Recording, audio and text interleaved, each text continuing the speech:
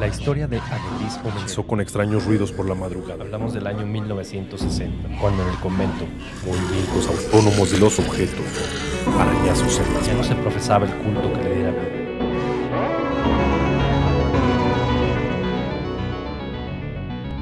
Hablemos de terror.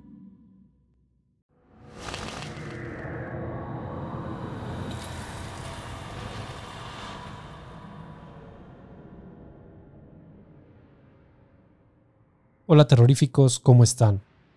Muchas gracias a todos ustedes por acompañarnos cada semana en nuestros relatos.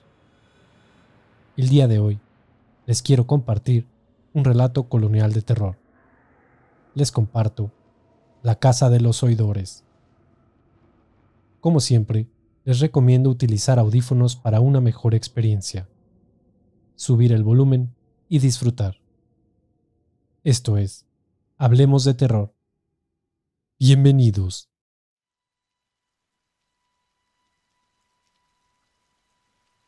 A mediados del siglo XVI, existía un edificio de 2 pisos en el centro de la Nueva España, sobre la acera oriente de la actual calle de Bolívar. Su aspecto frío y lúgubre correspondía con sus funciones. Era el albergue de los oidores, temidos funcionarios del Santo Oficio. Día con día, los oidores se reunían en este sitio para acordar los castigos que impondrían a los herejes, brujos y relapsos. Alrededor de la mesa, sus mentes enfermizas trabajaban sin parar, deseosos de imponer tortura a quienes profesaban una religión contraria a la católica, como los llamados judaizantes, o que practicaban métodos curativos que eran calificados invariablemente de brujerías. El Santo Oficio perseguía a cualquiera que amenazara la fe, incluyendo especialmente a aquellos que habían logrado hacerse de fortuna y bienes, todo lo cual terminaba en manos del clero, ya fuera que el condenado, encontrado culpable, fuera ejecutado, o bien, si éste consiguiera la absolución, cuyo favor era obtenido una vez que aceptara donar sus riquezas al clero, con tal de salvarse. Entre los funcionarios destacaba el oidor Pedro de Montoya, por su dureza y sadismo. Su fama había llegado hasta la península, donde se recomendaba a quienes viajarían próximamente a la Nueva España tuvieran cuidado de él. Durante su gestión, muchas personas murieron por decisión suya, en forma cruel y despojados de su fortuna. El descontento de la población cada vez era mayor. Las críticas hacia los oidores y hacia Pedro de Montoya en especial fueron tantas que el virrey, don Luis de Velasco II, temió desórdenes mayores. Así, por real mandato, el virrey ordenó una investigación y posteriormente la clausura del edificio de los oidores. Cerró sus puertas al fin, la Casa del Odio, como se llamaba en ese tiempo. A partir de entonces, la existencia del oidor Montoya fue en declive.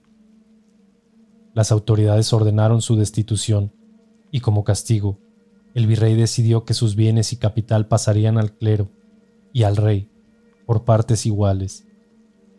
Montoya se había transformado en un hombre pobre que vivía escondido para evitar la venganza de las familias de aquellos a quienes había mandado matar. Se cuenta que murió en la más lastimosa de las miserias y fue sepultado en una fosa común. La Casa de los Oidores permaneció cerrada en completo abandono hasta que en el año de 1711 se alojaron provisionalmente en ella los misioneros del Espíritu Santo, dada la incapacidad del cercano convento de San Francisco. Y aquí es donde comienza la leyenda. Desde la mañana en que se trasladaron, los frailes se ocuparon en limpiar el polvo, las telarañas y basuras acumuladas en tanto tiempo. Acomodaron sus camastros de madera en corredores, habitaciones y salones, y así les dio la noche. Fray Tobías, Fray Peredo, Fray Domingo y el joven religioso Antonio de Fragoso ocuparon el gran salón de los oidores. Instalaron sus camastros, uno junto al otro, Detrás de esto se alzaban las cajas de gruesa madera. Al frente, a unos 5 metros, se encontraba la mesa de reunión de los oidores. Dispuestos a descansar, después de la ardua jornada, uno de ellos bostezaba, el otro leía la Biblia, uno más reposaba cuando Fray Tobías ordenó: «Hermanos, tratemos de descansar. Mañana nos aguarda un día de mucha actividad». «Tiene razón. Apaguemos las velas, y que Dios vele nuestro sueño, hermanos», dijo Fray Peredo. No había transcurrido mucho tiempo de haberse apagado las velas. Los frailes dormían tranquilamente cuando un ruido extraño los despertó. «Hermanos, hermanos, ¿escuchan esos ruidos?» «Sí, desde hace rato». «¿Qué cree que sea, hermano?» «No lo sé. Me parece crujir de madera, como si alguien caminara en el salón».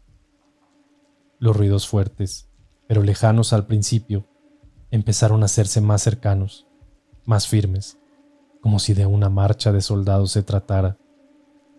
«Hermanos, los ruidos se acercan.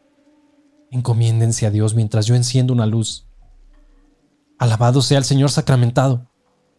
«¿Qué le sucede, por el amor de Dios?», apremió Fray Domingo, tomando una vela que apenas alumbraba. «Algo ha pasado sobre mis pies. Alumbra aquí, Fray Domingo». «Enciendan todos sus velas», ordenó Fray Domingo. «Pronto, aún lo siento cerca de mí». Al encender al fin las velas y alumbrar con ellas, descubrieron ratas, una gran cantidad de ellas, que al momento corrieron en todas direcciones asustadas con la luz. «Ah, son ratas. Vienen tras el pan con queso que guarda Fray Peredo bajo su almohada. Ya vuelvan a sus camas. Estos roedores no nos harán ningún daño».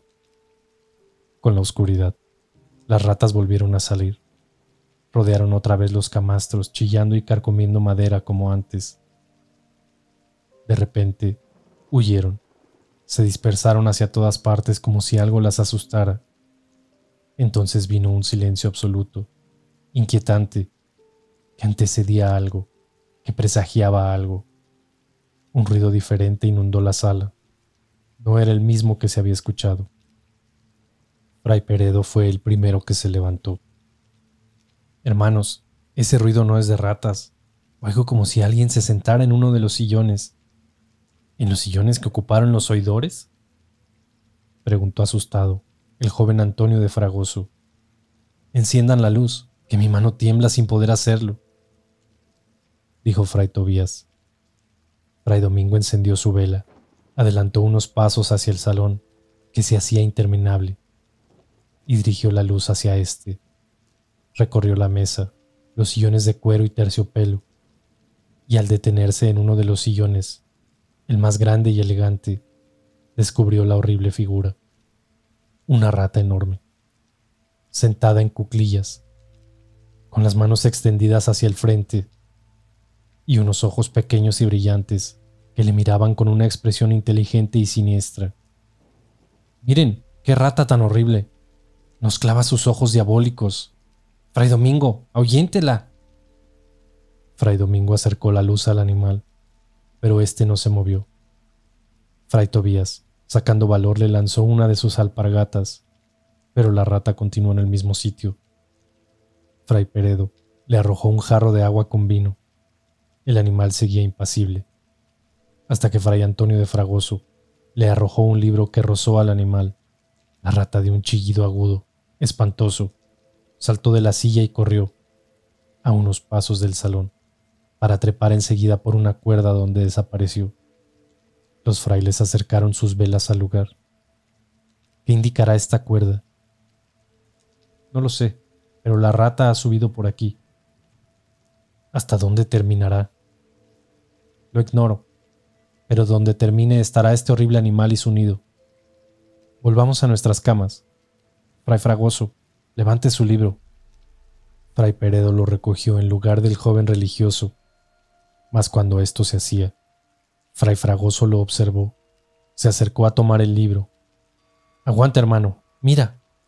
Ahora sé por qué ustedes cerraron y yo no. Alabado sea Dios, es el libro de San Mateo». ¿Qué piensa de esto, Fray Domingo?, señaló Fray Peredo. Que solo un objeto sagrado pudo hacer huir a ese animal que quizá provenga del infierno.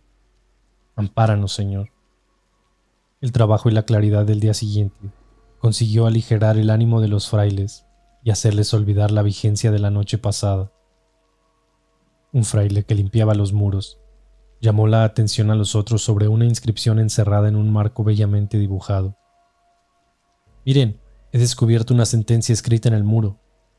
Esta decía: Nolo mortem impi, sedut convertatur bibel. Poco después, el mismo fraile señalaba otra inscripción, esta vez escrita en castellano. Atraído por la inquietud del grupo de frailes que se congregaron ante esta, Fray Azpeitia, anciano superior de la congregación, leyó: Aquel de nosotros que se haya excedido en la aplicación de castigos, castigado será también. La campana del perdón no tocará hasta que su alma sea purificada. Los padres preguntaron por el significado de la sentencia, y para responderlo, Fray Azpeitia los condujo hasta el salón de los oidores, en cuyo extremo colgaba una cuerda. «Ven esta cuerda». Al mirarla, Fray Domingo palideció. Pensó para sus adentros: «Alabado sea Dios, es la misma por donde anoche subió la rata». Entonces preguntó a Fray Azpeitia: «¿La campana del perdón?» «No la conozco, padre». La tocaban los oidores cuando el reo, condenado al cadalso, era perdonado. Su sonido se escuchaba hasta el edificio de la Santa Inquisición. ¿Y alguien fue salvado por esta campana? Sí, al sonar 11 veces la campana, algunas almas se salvaron. Llegada la noche volvió la inquietud de los 4 frailes que se alojaban en el salón de los oidores. No fue un temor infundado, porque otra vez se escucharon los ruidos. Las ratas volvieron a poblar el lugar, a rodear los camastros, lanzando pequeños chillidos, pero poco tiempo estuvieron. Volvieron a huir como la noche anterior. Y entonces sobrevino el silencio. Los frailes se levantaron vela en mano y acudieron al salón, en cuyo sillón principal se encontraba otra vez la rata gigantesca. Los miraba con sus ojillos brillantes, siniestros, que parecían los de un ser humano. A pesar de ello, controlaron su miedo. Fray Domingo les mostró un balde con agua bendita. «Miren, la ahuyentaré con ella». Pero en cuanto se acercó a la rata, ésta huyó despavorida. Casi al instante, las ratas volvieron a salir. Los religiosos se calmaron al verlas. En su presencia, vieron la señal de que todo entraba en un estado de normalidad. El tercer día transcurrió entre las actividades de limpieza de la gran casa. Llegada la noche, el cansancio y el hambre daba lugar a una merecida tregua. Era la hora de la cena. «Fray Fragoso, ¿no bajáis al refectorio?»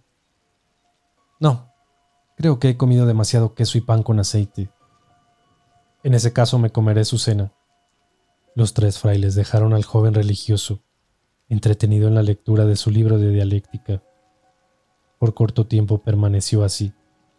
Luego se levantó. Quizá había comido demasiado y no podía concentrarse por completo cuando esto sucedía.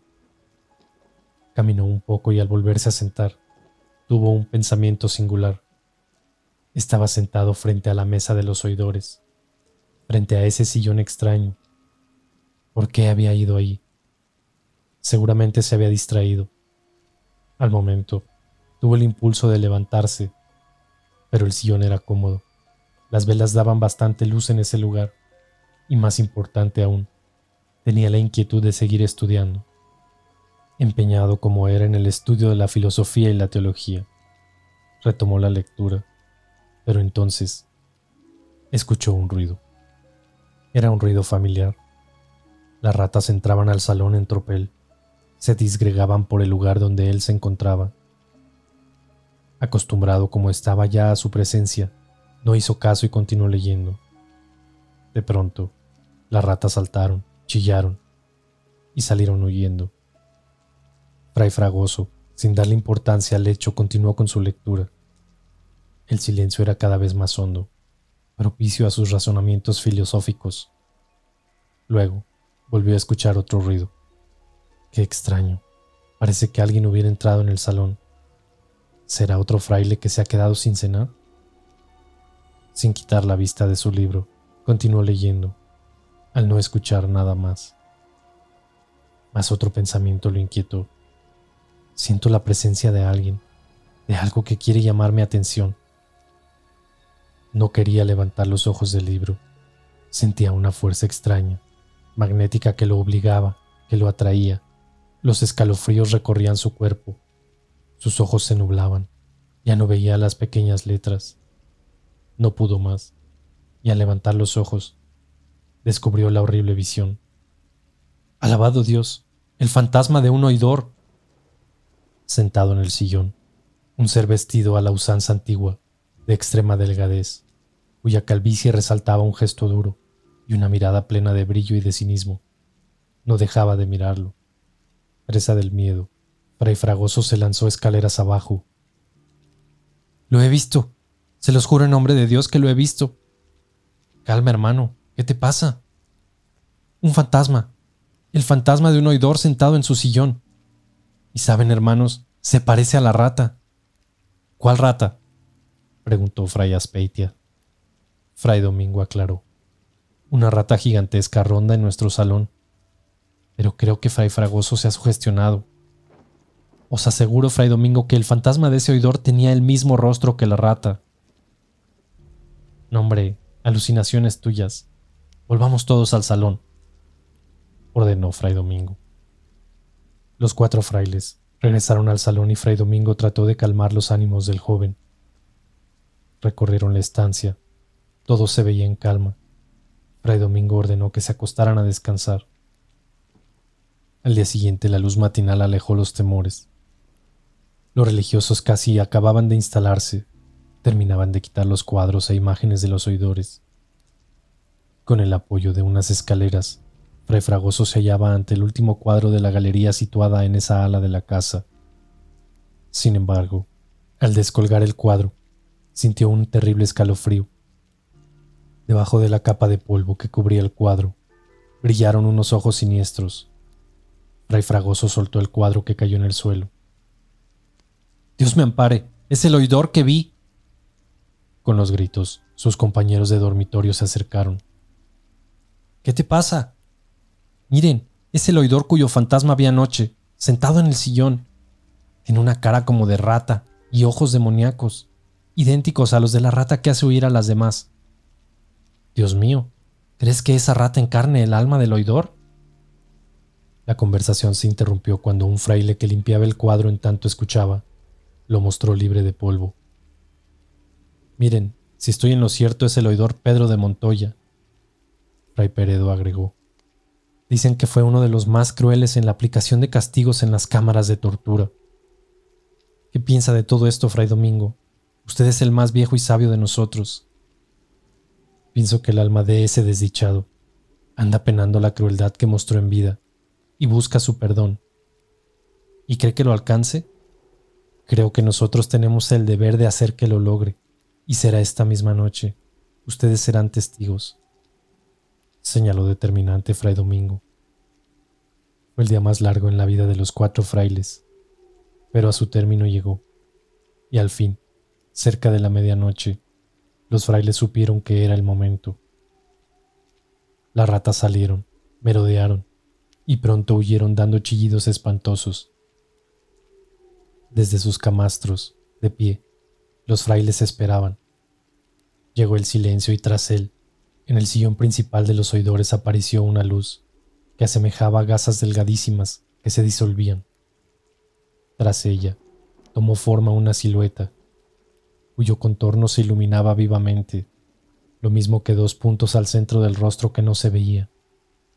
Lentamente, tras la luz más tenue, el espectro se dejó ver por entero, sentado con majestad, la cabeza levantada al frente y la boca, apenas una línea acostumbrada a la ironía. Creó una mueca en su intento por suavizar la expresión. Entonces se dejó escuchar una voz ronca, hueca, cuyas cuerdas vocales se articulaban con dificultad, Os agradezco vuestra ayuda generosa para mi alma atormentada en los confines infernales.